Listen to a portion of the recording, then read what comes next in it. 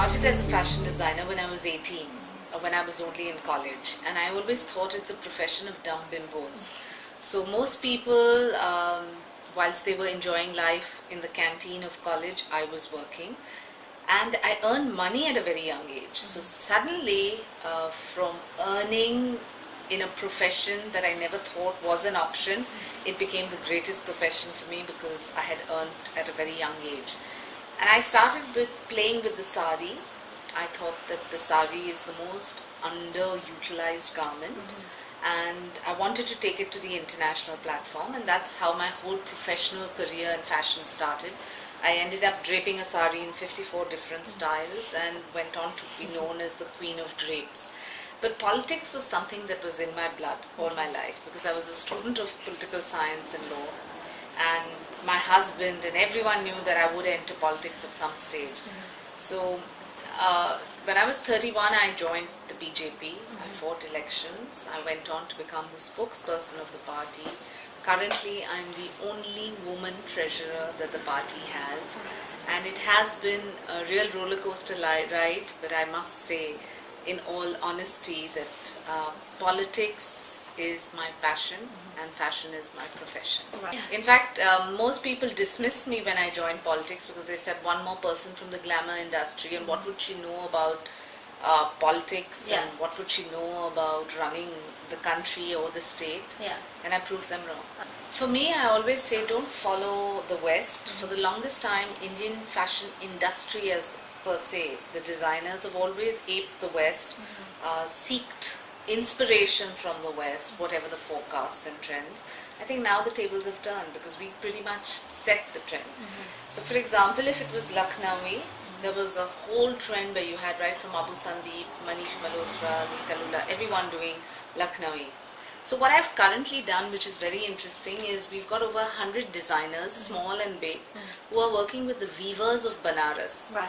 And being Mr. Modi's home constituency, it's been a real enriching experience because those weavers chose to be either security guards or, you know, working in call centers only because they didn't have a fixed livelihood. Right. So bringing back The traditional... moment we got the designers in, they have got so much impetus. They're earning close to 25,000 rupees a month at the least, going up. And the product line is something which under Make in India is being promoted all across the country and even in the international stores. So Banaras is in, Varanasi is in. Only a woman can do it. And with due respect to the men, I think that it's a woman's inbuilt capability where she manages her time. In India, if you see my routine, it is very well managed. From the time I wake up, I'm on the move. But I started off as just a fashion designer. I went on to get married when I was 23. I had my first daughter when I was 27. I joined politics at 31. I launched my jewelry line at 33. Went on to, add to the parameters of business and family gradually, and I think that at each step it only shows you that you can do it if you really want to. But yes, there is a burnout. Women must support women. That's my tagline. Only if a woman supports a woman can a woman succeed. Invariably, I've noticed when I remember when my son was really young and I was campaigning for Mr. Modi in Gujarat. Everyone would say that बच्चे को छोड़ के आई है, yeah, have you left your child and come? And I think that's the biggest guilt when somebody else makes you feel that you're doing something wrong. But actually, my support system is my family and clearly my husband, because he's always let me grow, always let me go, do what I want to do, live my dream and come back home without feeling guilty that I haven't been there. Actually, there are many prominent women in the BJP. You take a Vasundhara Raje Scindia, you take a Sushma Swaraj, a Smriti Irani, just to name a few. If you take across the board, whether it's a Mayawati, a Mamata Banerjee, a Jayalalitha, a Sonia Gandhi, a Priyanka in the making, or whoever else, there are lots of women. But I don't think we can just limit ourselves to being tokens, where you have a spokesperson or you have a speaker of a house or a minister here and there. I'm one of those who really believes that if you want to see a change in polity and public life, you must have 33% women's reservation. Yeah. It has to be the political will of the men in power to want to be fair to women, and not just tokens of people's daughters, daughter-in-laws, etc., but people like you and me who would want to contest elections and win. Yeah.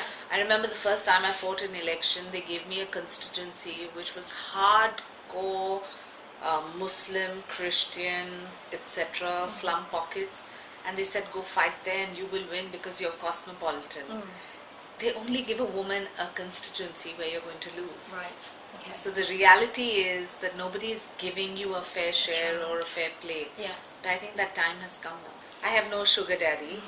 I have no godfather. I have nobody to guide me. I've learned the tricks of the trade literally on the way. It's been 13 years now. And I remember the first time I went to even campaign in Gujarat, people were wondering what I was doing there. And when I started defending the BJP, there was a lot of appreciation. And I think each one knows their USP. So there could be somebody who's only into hardcore grassroots politics, and there is somebody who's into organizational politics. There is somebody who speaks for the party. There's somebody who fundraises for the party. Everyone has their own USP. And I think that in that sense, the BJP is a party of opportunity, that at least in the organization, they give you 33% reservation. I mean, historically, I'm the only woman treasurer the party has ever had. Right. Well, I think that he'll go down in history as the only leader we truly remember. Because the RSS teaches you one thing, that it's nation building and loving your country first. And in Mr. Modi's case as well, he has given of himself entirely to the country. So now you may question what policies have been implemented, how much time has it taken, why is it taking so long, but governing a country like India is a Herculean task. It's not everyone's cup of tea. So in that sense, I think he's done a phenomenal job. Where do you ever remember a Prime Minister who's worked so tirelessly, not taken one holiday, dashed from country to country, promoted the brand of India, promoted being Indian as a moment of pride for all Indians, even for the Indians living overseas. Yeah. I've noticed wherever there are huge, dense population, wherever there is a lot of influx, there's bound to be a certain sense of security issue. But if you take a state like Maharashtra, for example, if you see just the statistics of the amount of people who have been convicted for crimes, so there is fear of law. But when it comes to atrocities against women, whether it's sexual assault, rape or pedophilia, I think clearly we need to work on the mindset of men and women both in society. How is that? Enough of this blaming a woman for calling it upon herself, or enough of insensitivity of police. I think outcry and outrage is the only solution, where you have to have people accountable in positions of power. So if you go to register a complaint, the police must be accountable. If you have a certain judiciary working on a fast-track court for rape convictions, that must happen really fast. And of course, there must be fear of law. There's no overnight solution. Yeah. In Madhya Pradesh, for example, you had a rape case where the person was convicted within 6 months' time.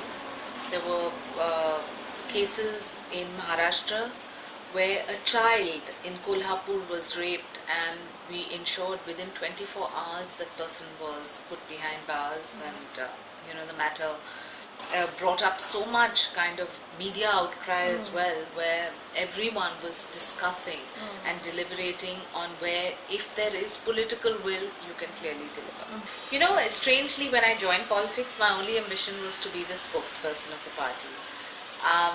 But people always joke with me and they ask me, what does this Shaina NC stand for? And for all the Gujaratis who know that it's Nana Chudasma from Gondal, Saurashtra, they know it. But for those who don't, I always say the NC stands for non-corruptible and will always be non-corruptible.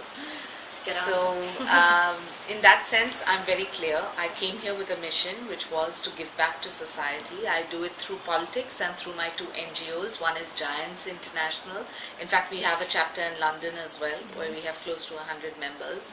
And in India, we have the I Love Mumbai, Mumbai Mazi Ladki, which is about loving your city, respecting the environment, keeping your locality clean, green, and inculcating a certain kind of value of sanitation, hygiene, etc.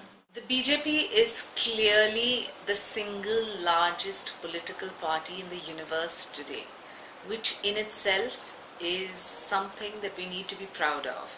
Now, when we had this Sadasyata Abhiyan, which is an absolute membership drive, we've reached every nook and corner of the country. So whether you take states like the Northeast, where we really had no presence, today we have a government where we formed the government with a two-third majority in Assam. You take the South, where people thought that we'd never ever make entries. We did make entry into Karnataka, and I can tell you with an absolute surety we will be back in power there.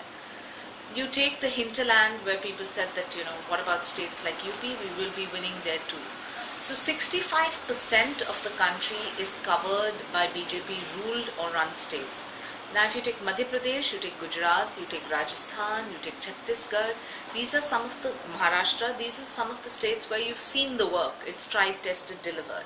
But you even take a state like Assam, which we've just recently won.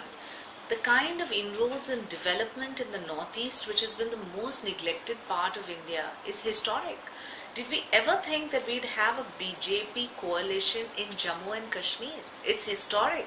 So all of this credit clearly does go to Mr. Narendra Modi and Amit Shah as a team, who have strategically made sure that the organization grows and make sure that the economy also grows through the government.